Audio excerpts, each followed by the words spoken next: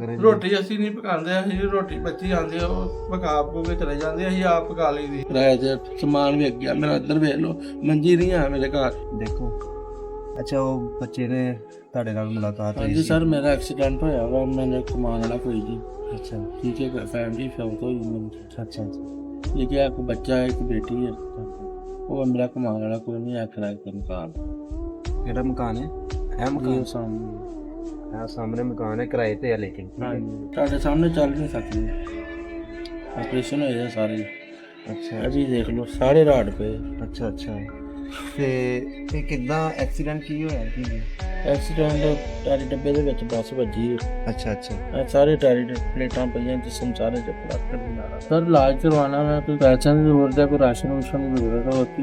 ਮਹੱਲੇ ਵਾਲੇ ਰੋਟੀ ਦਿੰਦੇ ਆ, ਬੇਟੀ ਮੇਰਾ ਬੇਟਾ ਬਸ। ਕਿੰਨੀ ਦੇਰ ਤੋਂ ਤੁਸੀਂ ਚਾਰ ਪਈ ਤੇ? ਮੈਨੂੰ ਜੀ 7 ਸਾਲ ਹੋ ਗਏ। ਮੈਂ ਨਾ ਤੁਹਾਡੇ ਬੱਚੇ ਨੂੰ ਮਿਲਿਆ ਸੀ ਉੱਥੇ ਰੋਡ ਤੇ, ਉਹ ਦੱਸ ਰਹੇ ਸੀ ਕਿ ਹਾਂਜੀ ਭਾਈ, ਆ ਮਸਲਾ ਵਾ, ਮੈਂ ਸ਼ੂਗਰ ਵੀ ਹੈ ਮੈਨੂੰ ਭਾਈ, ਹੱਥ ਦੀ ਮੇਰੀ ਖਰਾਬ ਰਹਿੰਦੀ ਆ ਬਹੁਤ ਜ਼ਿਆਦਾ। ਮੈਂ ਤੁਰ ਨਹੀਂ ਸਕਦਾ, ਮੈਨੂੰ ਸ਼ੂਗਰ ਵੀ ਹੈ, ਬਲੱਡ ਪ੍ਰੈਸ਼ਰ ਦਾ ਮਸਲਾ ਮੈਨੂੰ ਠੀਕ ਹੋ ਗਿਆ।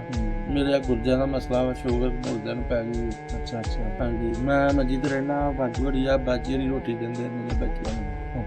ਪਰੇਸ਼ਾਨੀ ਹੈ, ਘਰ ਕਿਰਾਇਆ, ਬੱਚਾ ਮੇਰਾ ਤੁਹਾਡੇ ਸਾਹਮਣੇ ਕਮਾਉਂਦਾ ਵਾ। ਹਾਂਜੀ। ਅੱਛਾ ਜੀ, ਇਹ ਭਾਈ ਹੋਰੀ ਨੇ, ਇਹਨਾਂ ਦਾ ਬੱਚਾ ਸਾਨੂੰ ਮਿਲਿਆ ਸੀ ਉੱਥੇ ਰੋਡ ਤੇ ਦੱਸ ਰਿਹਾ ਸੀ ਕਿ ਤੁਸੀਂ ਆਓ, ਚੱਕਰ ਲਗਾਓ, ਇੱਕ ਵਾਰੀ ਵਿਜ਼ਿਟ ਕਰ ਲਓ। ਤੇ ਅਸੀਂ ਆਏ ਆ, ਵਾਕਈ ਭਾਈ ਹੋਰੀ ਮੁਸਤਹਿਕ ਨੇ, ਇਹਨਾਂ ਦੇ ਨਾਲ ਇਹਨਾਂ ਦੀ ਹੈਲਪ ਹੋਣੀ ਚਾਹੀਦੀ ਹੈ। ਖੈਰ ਅਸੀਂ ਵੀ ਹੁਣ ਕੁਛ ਨਾ ਕੁਛ ਕਰਕੇ ਜਾਵਾਂਗੇ, ਲੇਕਿਨ ਇਹ ਕਿ ਤੁਸੀਂ ਯਾਰ ਇਸ ਵੀਡੀਓ ਨੂੰ ਜ਼ਿਆਦਾ ਤੋਂ ਜ਼ਿਆਦਾ ਸ਼ੇਅਰ ਕਰੋ, ਤਾਂ ਕਿ ਇਹਨਾਂ ਭਾਈ ਹੋਰਾਂ ਦੀਆਂ ਜਿੰਨੀਆਂ ਵੀ ਮੁਸ਼ਕਲਾਤ ਹੈ ਉਹ ਸ਼ਾਇਦ ਇਸ ਵੀਡੀਓ ਦੀ ਵਜ੍ਹਾ ਤੋਂ ਹੱਲ ਹੋ ਜਾਣ ਜਾਂ ਕੰਮ ਹੋ ਜਾਣ। ਸਾਨੂੰ ਕੁਝ ਲੋਕਾਂ ਨੇ ਕਿਹਾ ਵੀ ਸੀ ਕਿ ਇਸ ਬੱਚੇ ਦੇ ਘਰ ਜਾਓ, ਜਾ ਕੇ ਪਤਾ ਕਰੋ। ਅੱਛਾ, ਇਲਾਜ ਤੇ ਕਿੰਨੇ ਪੈਸੇ ਲੱਗਣੇ?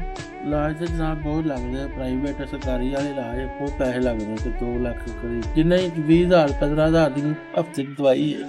ਅੱਛਾ ਅੱਛਾ, ਆ ਦਵਾਈਆਂ ਤੁਹਾਡੇ ਸਾਹਮਣੇ ਪਈਆਂ ਮੈਡੀਕਲ।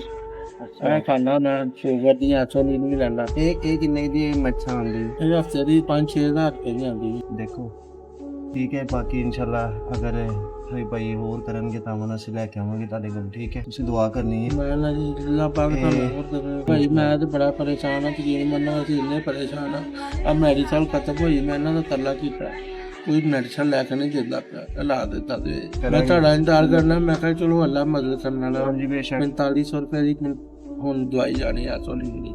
ਹੁਣ ਮੈਂ ਘਰ ਦਾ ਪ੍ਰੈਸ਼ਰ ਵੇਚਿਆ ਇੱਕ। ਅੱਛਾ ਅੱਛਾ, ਕਿਰਾਏ ਤੇ ਸਮਾਨ ਵੀ ਅੱਗੇ ਮੇਰਾ ਇੱਧਰ ਵੇਖ ਲਓ, ਮੰਜੀ ਨਹੀਂ ਆ ਮੇਰੇ ਘਰ, ਇਹ ਵੀ ਇਹਨਾਂ ਨੇ ਦਿੱਤੀ ਮੰਜੀ ਨੇ। ਅਗਰ ਇਜਾਜ਼ਤ ਹੋਏ ਅਸੀਂ ਦਿਖਾ ਦਈਏ? ਹਾਂ ਦੇਖ ਲਓ।